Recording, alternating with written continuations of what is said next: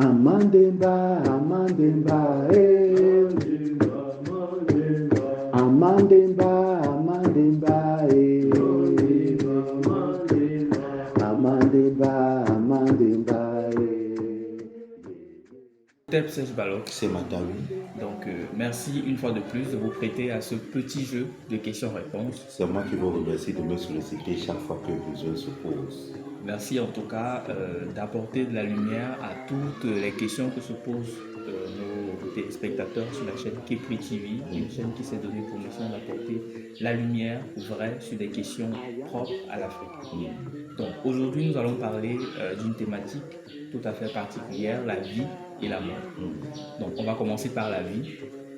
D'où commence la vie pour nous qui sommes des êtres humains? Pour nous qui sommes les êtres humains de la pensée égyptienne, de la pensée africaine, la vie commence à partir de l'océan cosmique. Cet océan cosmique a été appelé le Noun chez les Égyptiens. Il contient les archétypes de la création. Mais cet océan a une particularité. C'est un océan obscur et mouvant. Obscur et mouvant aussi parce que il contient à son sein des étincelles de vie n'ayant pas encore subi l'acte d'irradiation, donc non irradiées. Donc, ce sont des étincelles qui n'émettent pas la lumière, comme si elles étaient enveloppées d'un manteau noir épais qui emprisonne cette lumière. Donc, c'est donc de là que les étincelles de vie sont triées pour venir à manifestation d'après un processus extrêmement important. Maintenant, lorsque ces étincelles ont déjà subi une fois le phénomène de la manifestation dans les sphères de la consolidation de la matière, donc ces étincelles sont déjà incarnées au moins une fois. Ces étincelles ne viendront plus de l'océan obscur et mouvant. Ces étincelles viendront des communautés intégrées ou d'intégration, des communautés intégrées qui sont plus plurielles ou encore peuvent venir dans une moindre exception des sphères divines et radiantes. Dans une moindre exception. C'est vraiment exceptionnel pour que ces étincelles viennent de là. C'est vraiment des cas exceptionnels. Ok, donc on a retenu deux termes, océan cosmique, océan primordial, voilà, et on a aussi retenu le terme de la consolidation. Bon, on va commencer déjà par l'océan primordial. Si la vie vient donc de l'océan primordial, comment est-ce qu'elle s'exprime? C'est dans l'océan primordial que le divin, ou ceux-là, disons même, quand je dis le divin, c'est très généré. Je dirais que dans les textes égyptiens, il y a ce qu'on appelle les dieux primordiaux. Ils ont été créés avant la création elle-même pour accompagner le démiurge dans son acte. D'accord? Ils constituent de sortes d'hypostases du démiurge. Donc, lorsque la parcelle, l'étincelle divine non irradiée est choisie dans l'océan cosmique, cette étincelle doit donc subir un ensemble de mécanismes de transformation qui sont au nombre de 7 mécanismes de transformation.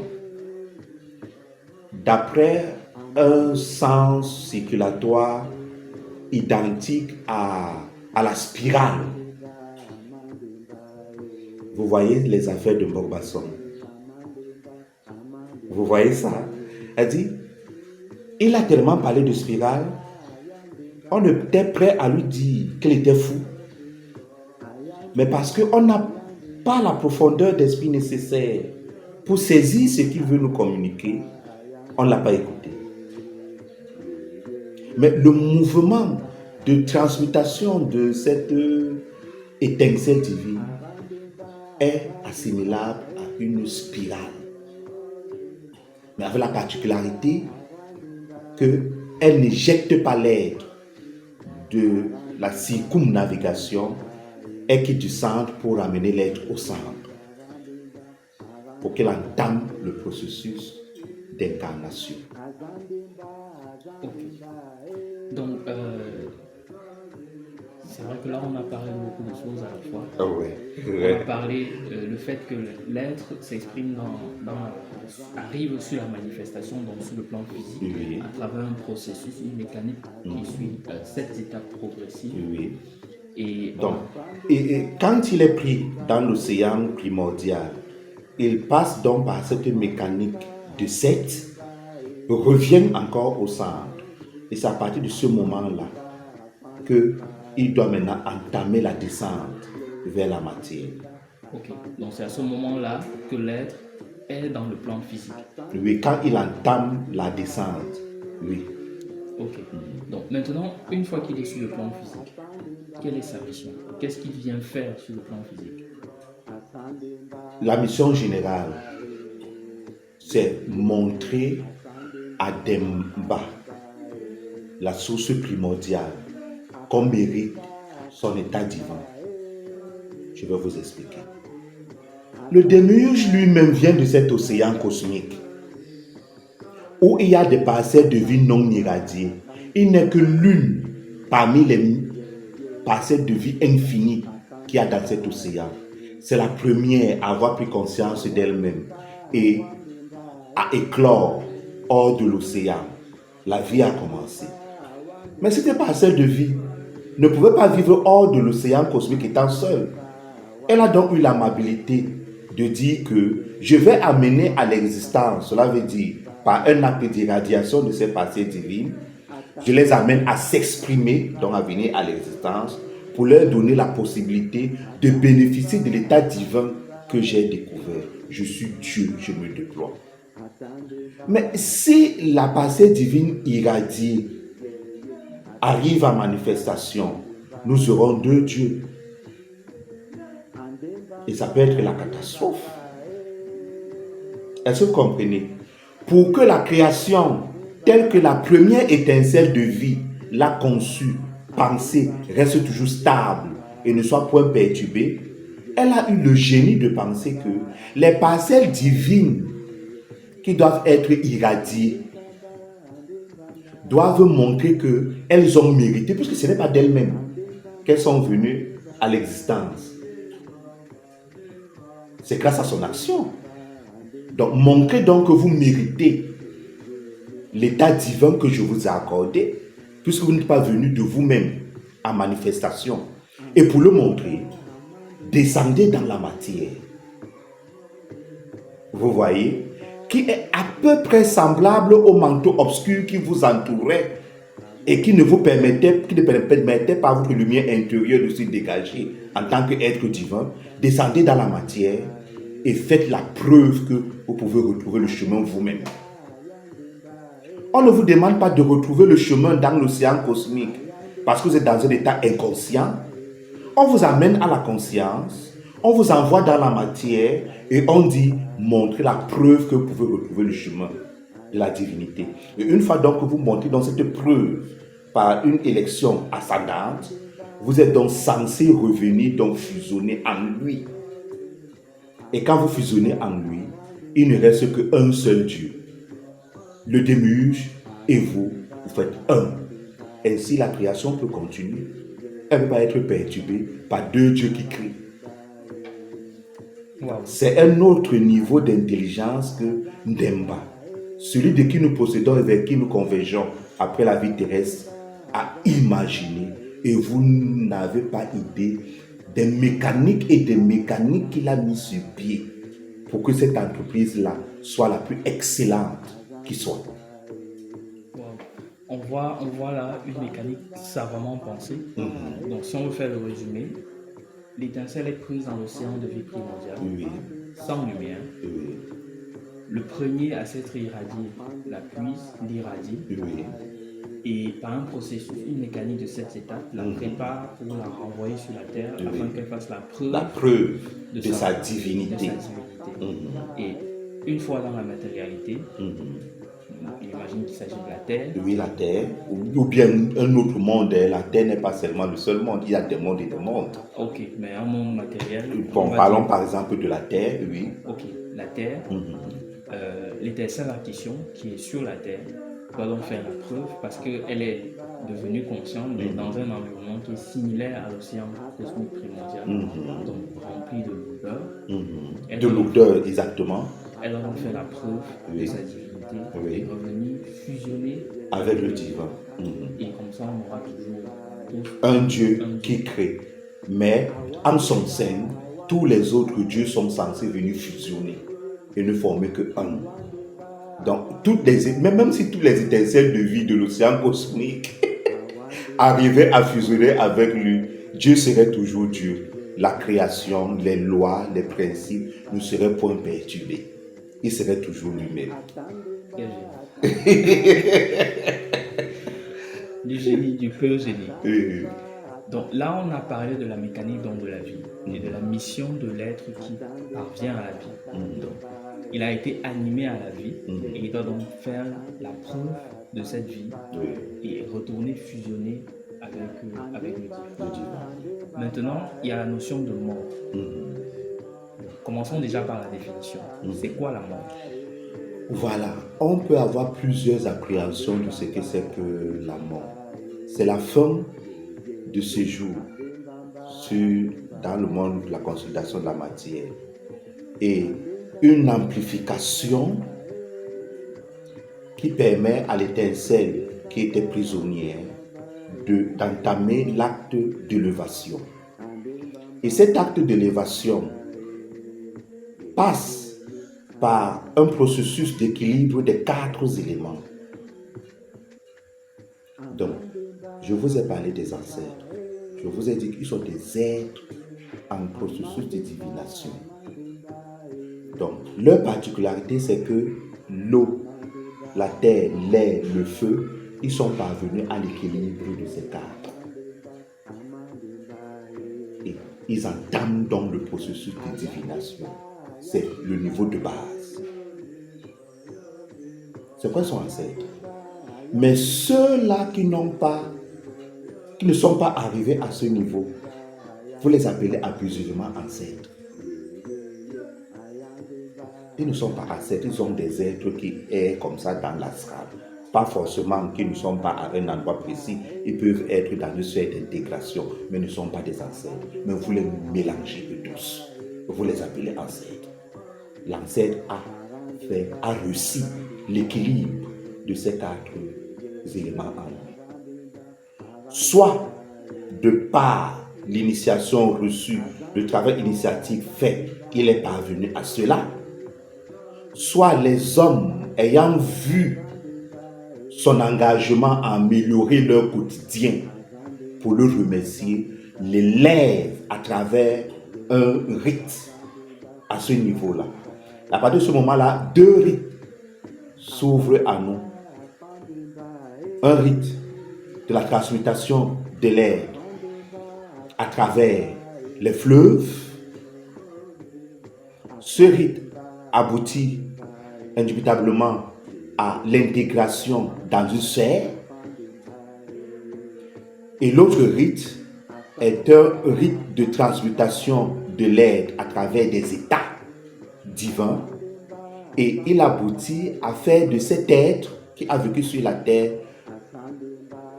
à atteindre, comment on appelle encore ça, à être un être vital. Voilà l'expression. La différence avec l'autre, c'est que l'autre est dans une sphère d'intégration. Et c'est les sphères d'intégration que vous appelez abusivement paradis. L'autre est dans une sphère d'intégration. Alors que lui, il n'est pas dans une sphère d'intégration. Il est un être qui travaille librement. Mais il est un être de lumière. Mais il travaille librement. Maintenant, il peut exprimer un besoin de lumière. S'ils sont nombreux, ils peuvent exprimer un besoin de lumière. Un besoin de travailler dans une orientation. À partir de ce moment, le divin peut leur accorder cela et il leur crée donc une sphère d'intégration. Les organiser, les hiérarchiser et ils vont vivre là, pratiquer des rites et on leur montre comment est-ce que ces rites-là peuvent les amener à évoluer vers des sphères de plus en plus élevées. Donc le processus d'ascension est vraiment assez complexe et il faut absolument que l'être se dégage des sphères de la consultation de la matière qui sont des sphères de lourdeur. C'est pourquoi j'ai apprécié le terme lourdeur quand vous l'avez prononcé. Il faut se dégager de ces lourdeurs-là. Une fois qu'il se dégage de ces lourdeurs à travers le travail spirituel, il peut maintenant franchir la ventouse inférieure, qui est comme un espace de discontinuité entre les sphères de la consultation de la matière et le début des sphères radiantes et divines. S'il réussit à franchir là, il devient une divinité, un Dieu.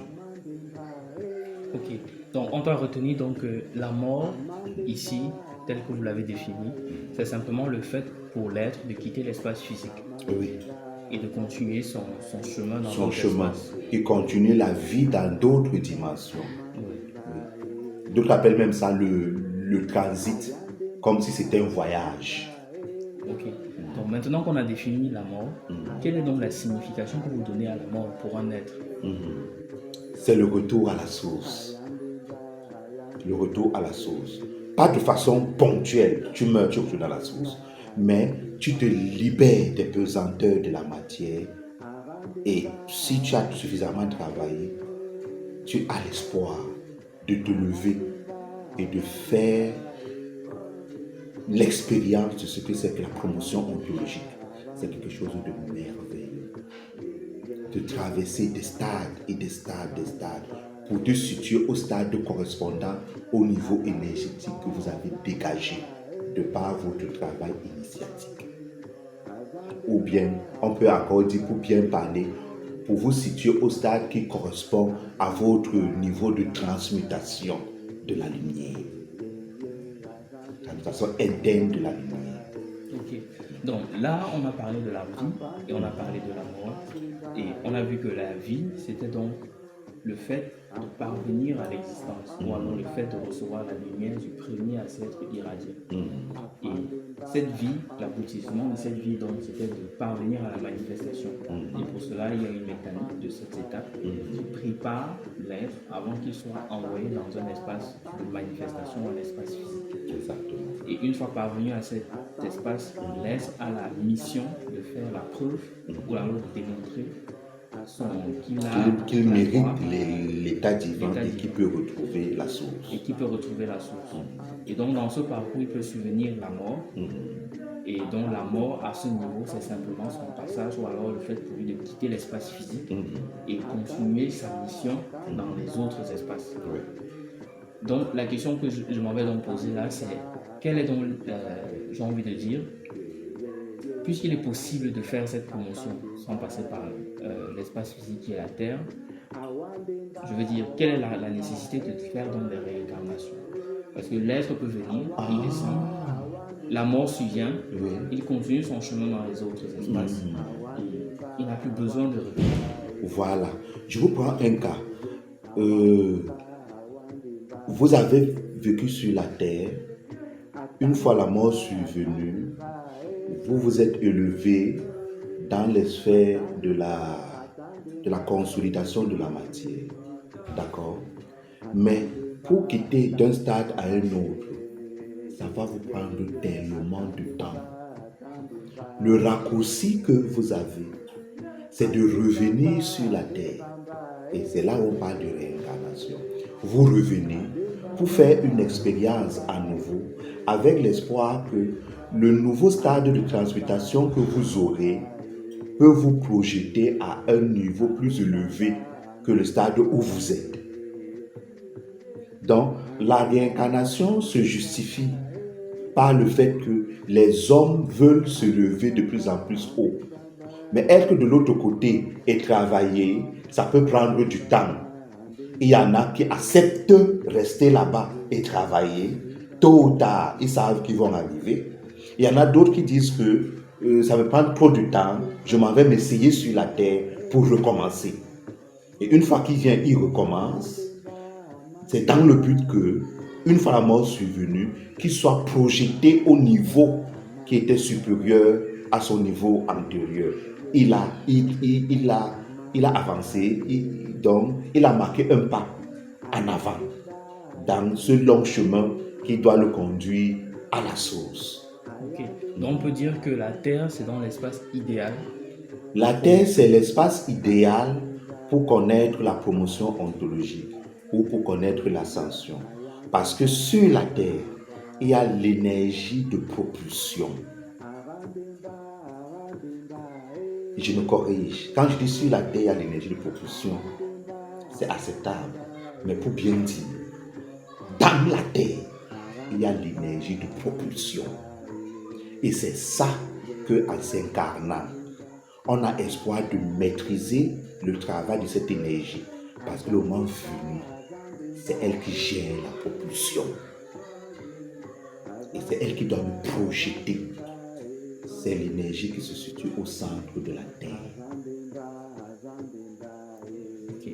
Maintenant, pour terminer, j'aimerais faire un parallèle avec ce que le mythe qui est raconté aussi dans notre courant religieux, parce que on voit il y a quand même pas mal de similitudes, et au final on aimerait se fixer, on aimerait se poser et permettre aussi aux uns aux autres de savoir pourquoi et quelle est la nécessité de faire certaines choses. Si je prends par exemple le mythe de la religion chrétienne, il y a la création, il y a la vie, il y a la mort. Et au cours de toutes vos explications, le cheminement était presque le même. Il y a la création, la vie, l'expression de la vie, la manifestation de cette vie sur la terre pour faire sa preuve de mériter son stade divin, et la mort qui cette fois-ci a été décrite comme le simple fait de quitter l'espace de la matérialité pour vivre dans d'autres espaces. Même si au niveau de la subtilité, les définitions ne sont pas presque les mêmes, est-ce qu'il n'y a pas une sorte de confusion? Est-ce qu'on ne peut pas à un moment donné se dire c'est la même chose, pourquoi est-ce que je dois faire ceci plus précisément que cela? Dans les religions venues d'ailleurs, quand tu meurs, tu vas au paradis. Est-ce que dans ce paradis-là, il y a possibilité d'une promotion ontologique? Il n'y en a pas. Donc le paradis est une sphère d'intégration. Donc dans notre vision africaine, c'est le niveau le plus bas où un être peut souhaiter aller. Vous voyez cela. Donc parce que les Africains ne connaissent pas, ils sont alignés aujourd'hui.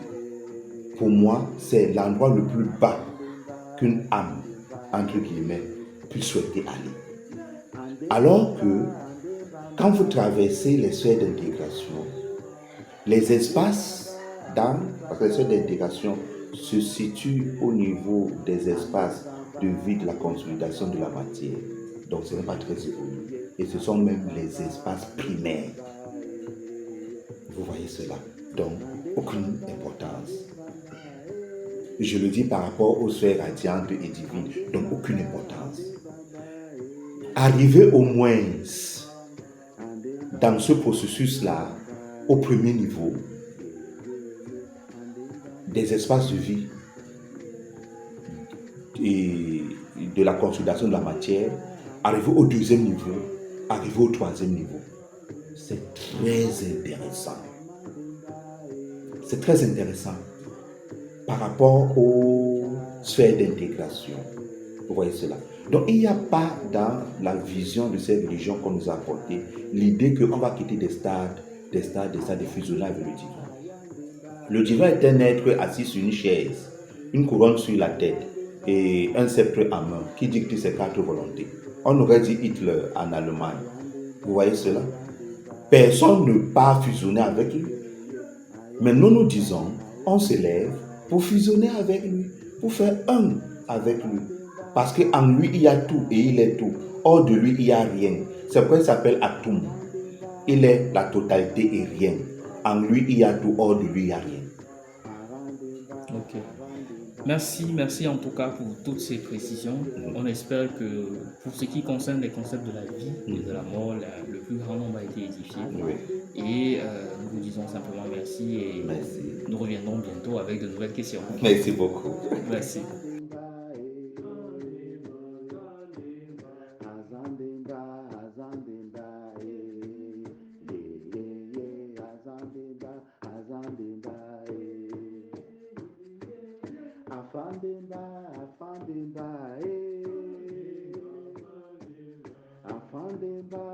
Afandimba,